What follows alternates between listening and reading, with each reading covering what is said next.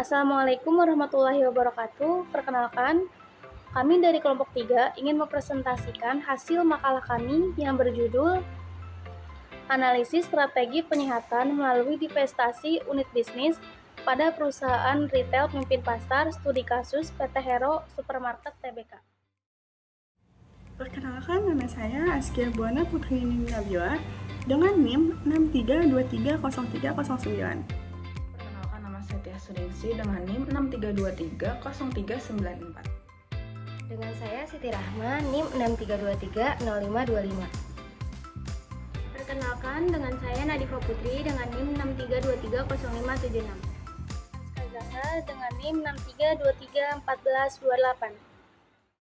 Sebelum kita membedah lebih dalam mengenai strategi divestasi yang dilakukan, mari kita mengenali terlebih dahulu profil dari objek studi kasus kami, yaitu PT Hero Supermarket Tbk.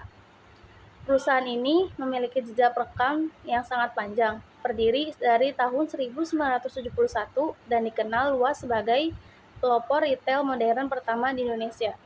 Dalam roda bisnisnya, Hero membawahi dua segmen utama. Yang pertama yaitu retail pangan yang diisi oleh Hero Supermarket dan Giant, dan yang kedua yaitu retail non-pangan yang diisi oleh Guardian dan IKEA. Namun, fokus utama dari analisis kelompok kami adalah pada unit bisnis Giant. Diperkenalkan pertama kali di Indonesia pada tahun 2002, Giant sempat tumbuh menjadi salah satu pemimpin pasar hypermarket yang sangat kuat. Konsep utamanya berfokus pada penyediaan tempat belanja bulanan keluarga dengan keunggulan harga yang sangat murah serta ukuran gerai yang sangat luas. Nah, pertanyaannya adalah, mengapa unit bisnis raksasa yang dulunya menjadi pemimpin pasar saat ini bisa sampai tutup total? Kita akan bedah faktornya di slide berikutnya. Mari kita bedah lebih dalam mengenai kondisi internal keuangan korporasi yang mendorong perlunya langkah restrukturasi portofolio ini. Ada 3 indikator utama yang kami soroti di slide ini. Pertama, kinerja keuangan tertekan. Bisa kita lihat bersama pada grafik rugi bersih periode 2017 hingga 2020, keuangan perusahaan mengalami fluktuasi yang sangat berat, di mana pada tahun 2020, pembengkakan rugi bersih kembali melonjak tajam mendekati angka 1,2 triliun rupiah akibat hantaman awal pandemi. Kedua, beban operasional tinggi. Meskipun grafik beban operasional terlihat menurun ke angka 2 triliun pada 2020 akibat efisiensi darurat, angka ini tetap tergolong sangat raksasa bagi format hypermarket seperti Giant.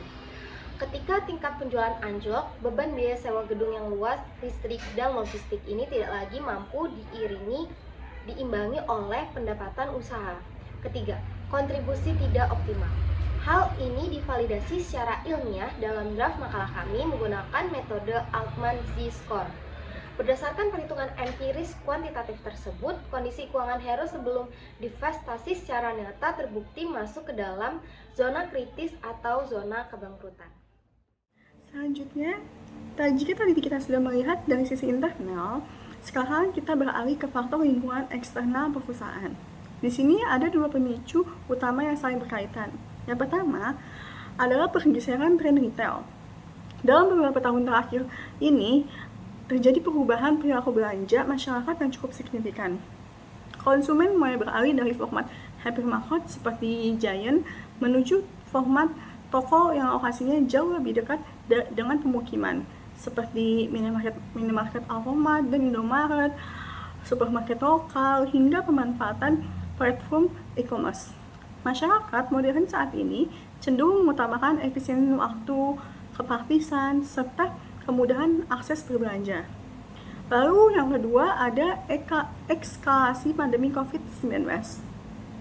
Faktor ini menjadi katalis yang memperparah tantangan yang dihadapi Giant.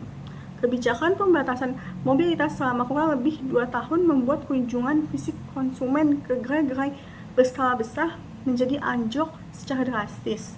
Kombinasi antara perubahan tren belanja dan hantaman pandemi inilah yang membuat model bisnis Giant kehilangan referensinya di pasar.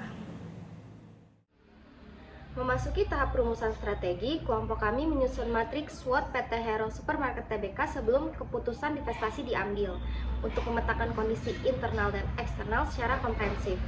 Di sisi kekuatan atau strength, Hero memiliki reputasi merek yang sangat kuat sebagai propol retail 50 tahun di Indonesia, didukung oleh kinerja positif dari unit bisnis non-pangan mereka yaitu Guardian dan IKEA. Namun di sisi kelemahan atau weakness-nya, korporasi terbebani oleh tingginya biaya operasional gerai giant, serta lambatnya adaptasi sistem digital untuk format hypermart mereka. Melihat peluang atau opportunities, terdapat lonjakan pasar yang sangat besar pada produk kesehatan dan kecantikan pasca pandemi, serta tingginya minat masyarakat terhadap kebutuhan furnitur.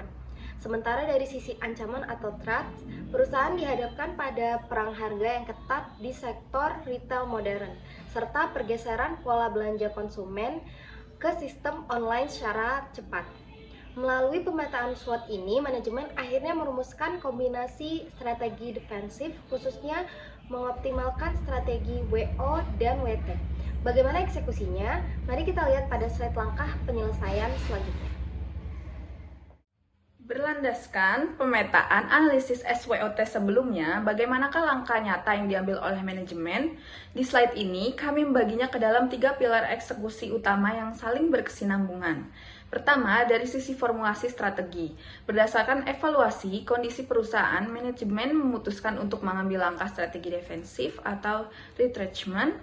Fokus utamanya adalah memotong kelemahan biaya internal yang membengkak sekaligus menghindari ancaman ketatnya persaingan pasar. Kedua, direalisasikan melalui aksi finansial yang konkret. Bentuk nyatanya adalah penghentian operasional seluruh gerai giant secara bertahap. Hal ini dilakukan sebagai langkah taktis darurat guna menyelamatkan stabilitas arus kas utama induk perusahaan agar tidak terus mengalami defisit finansial masif. Dan ketiga, dari sisi penanggulangan risiko sosial. Di tengah keputusasaan restrukturisasi yang berat ini, manajemen tetap melakukan mitigasi krisis sosial yang sangat baik. Merujuk pada riset Sinta A. dan Putri tahun 2022, korporasi memastikan proses pemenuhan hak-hak dan pesangon karyawan dilakukan secara adil dan transparan, sehingga reputasi publik korporasi tetap terjaga dengan baik di masyarakat. Setelah berbagai langkah penyehatan tersebut dieksekusi, bagaimana hasil serta output strategis yang diperoleh oleh korporasi? Di sini kami merangkumnya ke dalam 2 dampak utama. Yang pertama, dari sisi dampak finansial, langkah berani korporasi terbukti berhasil menghentikan pendarahan kas atau kas baik akibat pembengkakan rugi besar yang kita lihat pada grafik sebelum ini. Dengan memotong beban biaya operasional raksasa dari gerai-gerai giant, stabilitas keuangan grup Hero, serta perlahan dapat dipulihkan kembali.